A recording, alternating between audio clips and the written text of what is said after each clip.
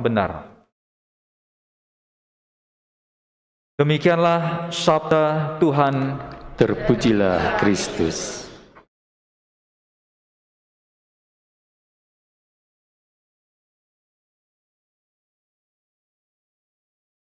Saudara-saudari sekalian, sabda Tuhan dapat memberikan kita sebuah ingatan. Salah satu ingatan yaitu kaitannya dengan merendahkan diri. Kitab Putra Sirah yang kita dengar tadi dari bacaan pertama, ada yang mengatakan kira-kira demikian. Bila engkau makin besar, patutlah kau rendahkan dirimu agar kamu mendapatkan karunia. Diminta merendahkan diri agar mendapat karunia. Dan di Injil tadi kita mendengar Tuhan berkata, apabila engkau merendahkan diri, engkau akan ditinggikan. Saudara-saudari, saya menghubungkan merendahkan diri dari sabda Tuhan ini dengan yang namanya kerendahan hati. Nah, bersama saya mengajak kita semua untuk merenungkan tentang kerendahan hati. Apa itu kerendahan hati? Kerendahan hati artinya suatu sikap menyadari keterbatasan kemampuan diri dan ketidakmampuan diri sendiri, sehingga seseorang tidak angkuh dan tidak pula sombong. Kamus Besar Bahasa Indonesia menjelaskan arti untuk rendah hati, yakni tidak sombong atau tidak angkuh. Kerendahan hati atau dalam bahasa Inggris humility berasal dari kata humus dari bahasa Latin, artinya tanah atau bumi. Jadi kerendahan hati maksudnya adalah menempatkan diri membumi ke tanah. Kalau kita pernah belajar tentang humus, ya mungkin di sekolah, humus itu bagian tanah yang membuat tanah itu subur dan berguna bagi tanaman. Maka kalau kita ingat kerendahan hati, kita ingat kata-kata humus, yaitu tadi membumi atau dari bumi. Saudara-saudari sekalian, kerendahan hati adalah salah satu dari nilai-nilai dasar spiritualitas Kristiani. Saya mengutip pandangan dari Santo Agustinus kaitannya dengan kerendahan hati. Hari ini 28 Agustus sesungguhnya bertepatan dengan peringatan wajib Gereja Katolik menghormati Santo Agustinus. Maka rasanya juga kita dapat mengambil apa ajaran dari Santo Agustinus khususnya tentang kerendahan hati ini. Agustinus mengatakan bahwa kerendahan hati adalah jalan yang pasti membawa seseorang kepada Tuhan. Agustinus bahkan mengatakan pertama-tama kerendahan hati, kemudian kerendahan hati, dan yang terakhir kerendahan hati. Hal ini untuk menekankan betapa pentingnya kerendahan hati untuk mencapai kesempurnaan rohani. Dalam spiritualitas, kesempurnaan itu berarti kekudusan. Sehingga untuk menjadi kudus, kita harus pertama-tama menjadi orang yang rendah hati. Kerendahan hati adalah dasar dari semua kebajikan yang lain. Sebab tanpa kerendahan hati, kita tidak dapat sungguh-sungguh memiliki kebajikan-kebajikan yang lain.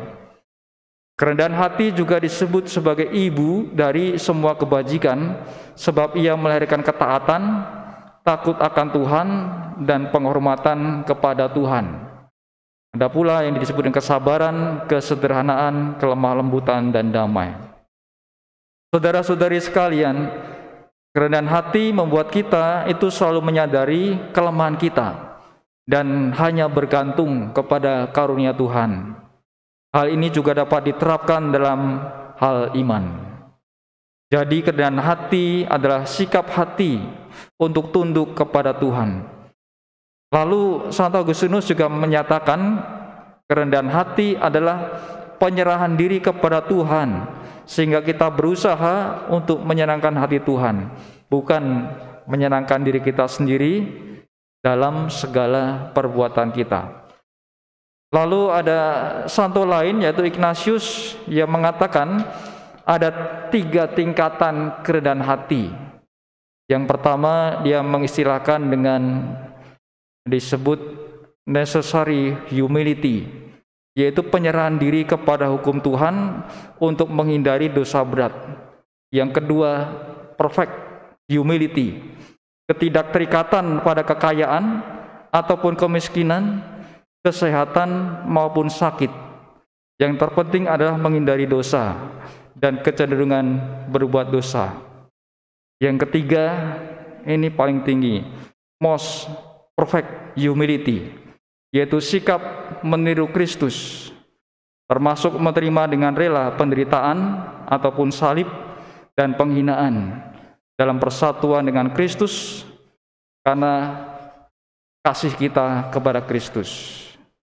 Saudara-saudari sekalian, kerendahan hati berlawanan dengan kesombongan yang hubungannya dengan kelimpahan materi dan anggapan bahwa diri sendiri ini adalah yang paling punya kehendak baik, paling pandai dan paling maju dalam hal spiritual.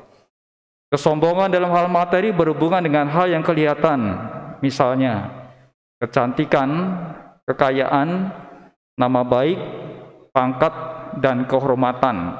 Kesombongan materi adalah jenis kesombongan yang paling rendah dan paling mudah diatasi untuk mencapai kerendahan hati. Kesombongan dalam hal kehendak baik adalah seperti keinginan untuk tidak tunduk di bawah siapapun, memiliki kuasa untuk memerintah yang menghasilkan ambisi untuk menguasai, menolak untuk melayani atau tunduk pada otoritas, bahkan menolak untuk tunduk kepada Tuhan. Bersama dengan ini adalah kesombongan akan kepandaian yang berhubungan dengan kebiasaan untuk menghakimi segala sesuatu berdasar pendapat sendiri dan enggan untuk menerima pernyataan sederhana dari pihak yang punya otoritas.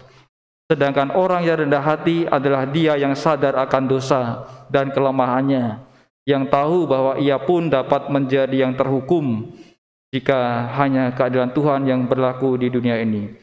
Belas kasihan yang ia terima dari Tuhan harus menjadikannya berbelas kasih kepada orang lain. Saudara-saudari, ada yang disebut tingkatan kesombongan yang paling akhir, yang disebut dengan spiritual pride. Karena spiritualitas adalah karunia, maka kesombongan akan hal ini menjadi sangat berbahaya. Karunia-karunia spiritual dapat menjadi ladang bagi kesombongan, sebab jiwa yang sombong dapat menggunakan karunia-karunia tersebut untuk meninggikan diri, menarik perhatian, mencari kekuasaan, atau untuk memenangkan gagasan sendiri.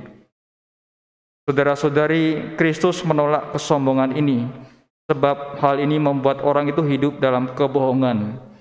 Dari luar terlihat baik, tapi sebenarnya jahat. Hal ini bertentangan dengan kerendahan hati yang berlandaskan kebenaran.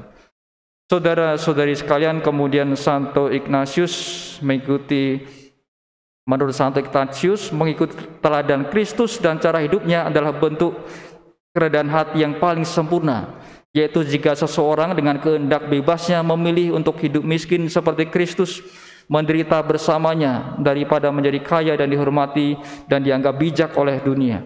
Sikap ini didasari oleh kesadaran bahwa Allah mengasihi kita lebih daripada kita mengasihi diri sendiri, sehingga Ia telah menyerahkan dirinya untuk membawa kita kepada kebahagiaan sejati.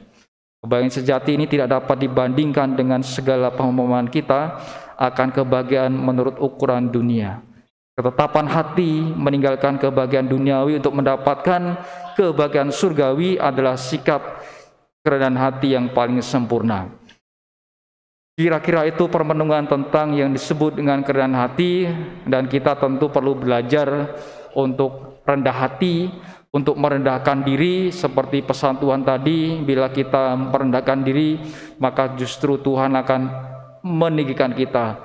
Maka kita perlu sadar ketika suatu saat kita merasa sombong karena kita merasa lebih hebat, lebih banyak punya pengetahuan, lebih banyak tahu daripada yang lainnya, lebih banyak unggul dari yang lainnya. Kita ingat sabda ini untuk berusaha merendahkan diri, untuk rendah hati, sehingga kita juga menempatkan diri kita sesungguhnya hanya Tuhanlah yang memberikan karunia kepada kita semua segala kemampuan maka kita gunakan itu untuk kebaikan bersama dan juga demi terciptanya hal-hal yang baik yang kita alami dalam hidup ini. Semoga dari hari ke hari, dari saat ke saat, kita mampu untuk merenungkan sabda Tuhan, dan kita juga dapat belajar untuk menjadi rendah hati, dan kita mampu merendahkan diri karena Kristus sendiri juga merendahkan dirinya. Kendati Ia adalah Allah, Ia mau menjadi manusia dalam rupa seperti hamba, rela menderita, dipaku di kayu salib, supaya orang yang percaya kepadanya itu selamat, termasuk kita selamat. Semoga teladan Kristus itu mampu kita bawa dalam hidup kita sehari-hari. Kita hening sebentar untuk meresapkan sabda Allah.